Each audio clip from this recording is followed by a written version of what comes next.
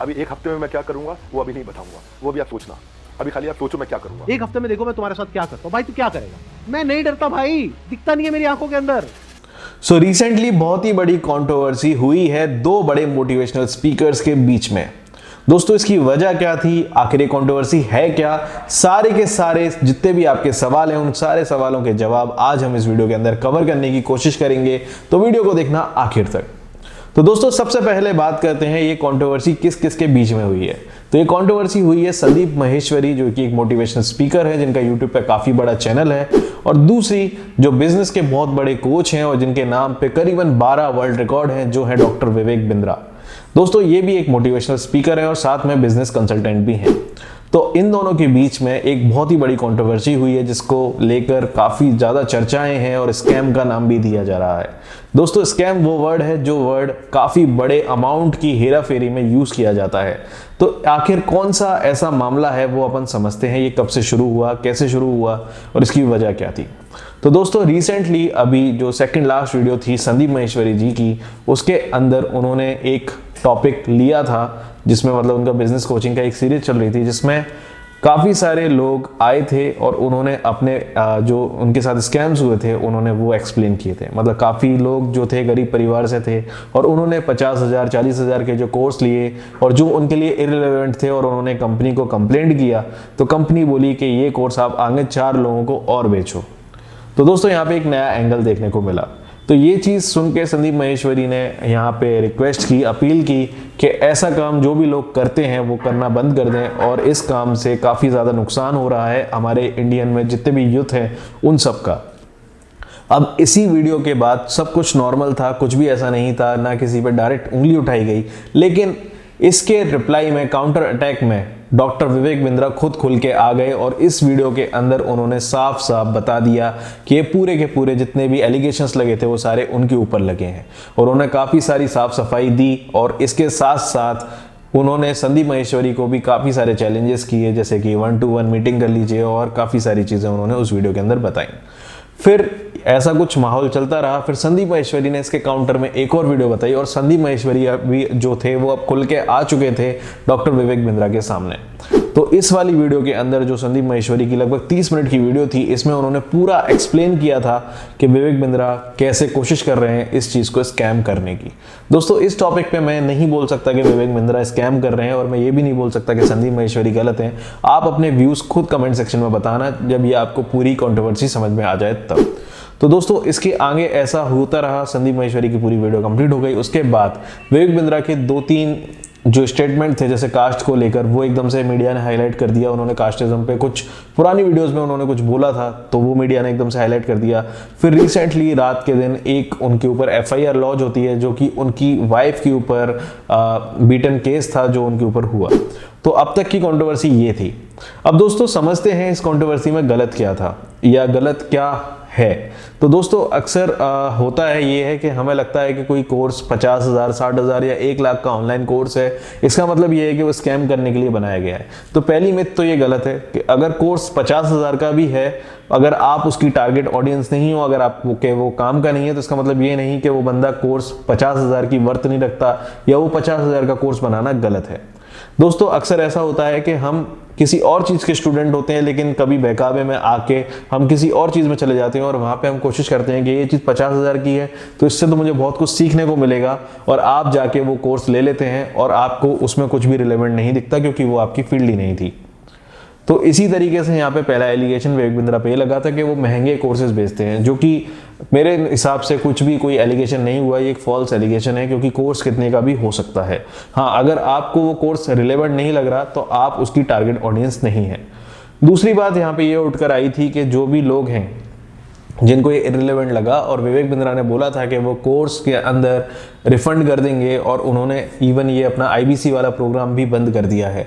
तो यहाँ पे काफ़ी सारे लोगों ने यहाँ पे केसेस उठाए थे कि हमें इस कोर्स में कोई वैल्यू नहीं मिली है और ये कोर्स हमारा वापस नहीं किया जा रहा है। तो दोस्तों इसका सही जवाब तो या तो डॉक्टर विवेक बिंद्रा दे सकते हैं या फिर वो लोग जिन्होंने ये कोर्स लिया है, क्योंकि विवेक बिंद्रा ने अपनी वीडियो में बताया था कि उन्होंने जिन भी लोगों ने ऐसा लिया है तो उन्होंने पैसे रिफंड कर दिए हैं या फिर उन्होंने ये प्रोग्राम ही बंद कर दिया है। अब बात यहाँ पे आती है कि स्कैम जो संदीप माहेश्वरी ने एक्सप्लेन किया था वो क्या था। तो दोस्तों उसको समझने के लिए हमें थोड़ा सा हमारा इंडियन एक्ट क्या कहता है हमारा MLM के बारे में, वो हम पहले समझ लेते हैं। सो सबसे पहले समझते हैं हम MLM के कॉन्सेप्ट को। MLM होता क्या है? MLM की आखिर फुल फॉर्म तो है मल्टी लेवल मार्केटिंग, जिसके अंदर ये होता है कि आप किसी भी कंपनी का प्रोडक्ट या सर्विस किसी और को सेल करते हैं तो उसके बदले में आपको एक कमीशन मिलता है। सो दोस्तों इसके अंदर दो तरीके के MLM आते हैं। पहला रियल MLM। दोस्तों इसको समझते हैं। रियल MLM के अंदर ये होता है कि जब भी आप किसी प्रोडक्ट या सर्विस जो कि जेन्युइन है उसको अगर आपको वो पसंद आती है, साथ में आप किसी अपने दोस्त या अपने फ्रेंड को रेफर करते हैं तो कंपनी आपको एक कमीशन देती है। इससे कंपनी की एडवर्टाइजमेंट कॉस्ट कम होती है, साथ में एक अच्छा प्रोडक्ट आपके दोस्त को मिलता है और आपको एक अच्छा कमीशन बनाने का मौका मिलता है। तो ऐसी स्कीम्स हाउसवाइफ या जो पार्ट टाइम जॉब की तलाश में होते हैं उनके लिए बहुत ही बेहतर होती हैं। लेकिन इसी के अंदर एक आती है फेक MLM। दोस्तों इसके अंदर ये होता है कि प्रोडक्ट कुछ भी नहीं होता, कुछ भी ऐसे ही प्रोडक्ट बना दिया जाता है। जैसे कि फॉर एग्जांपल एक साबुन सोप की किट बना दी और उसको 6,500 का बेच रहे हैं लोग एज एन मेंबरशिप फीस, और उसके अंदर आपको बोला जा रहा है कि आपको 3 आदमी और जोड़ने हैं और उनसे भी सेम काम कराना है, मतलब एक चेन बनानी है। और ये चेन एक पिरामिड की स्कीम की तरह बन जाती है, जहां पर जो सबसे एंड में जो लोग होते हैं उन्हें कुछ नहीं मिलता और जो सबसे टॉप लेवल पे लोग होते हैं वो बहुत ही अच्छी अर्निंग करते हैं। इसको एक एग्जाम्पल के तरीके से समझते हैं। जैसे फॉर एग्जाम्पल कोई कंपनी है जिसका 100 करोड़ एनुअल रेवेन्यू आ रहा है MLM से, और उसमें एक बंदा स्टेज पे खड़ा होकर बोलता है कि भाई साहब मेरी मंथली इनकम जो है इस कंपनी से वो है 1 करोड़ की। तो अब अगर उस बंदे को 1 करोड़ मिल रहा है तो 12 करोड़ हो गए। अब 12 करोड़ आप 100 में से माइनस कर दीजिए। सेम अगर उसी के जैसे 5 बंदे उस कंपनी के अंदर हैं तो 60 करोड़ कंपनी इन लोगों को बांट रही है, बाकी का 40 करोड़ जो नीचे डाउन लाइन में है। और जो डाउन लाइन में सबसे नीचे बंदा होगा, हो सकता है उसको कुछ मिल भी रहा हो या कुछ नहीं भी मिल रहा हो। तो यहाँ पे बस इतना है कि आप लोगों को आते जाओ और स्कीम के अंदर जोड़ते जाओ। इसीलिए गवर्नमेंट ऑफ इंडिया ने इस स्कीम पे बैन लगाया। गवर्नमेंट ऑफ इंडिया का कहना यह था कि आप जब भी MLM जैसी स्कीम में आते हो तो आपको नेसेसरीली कोई ना कोई प्रोडक्ट ऐसा होना चाहिए जो सच में वर्थ इट हो।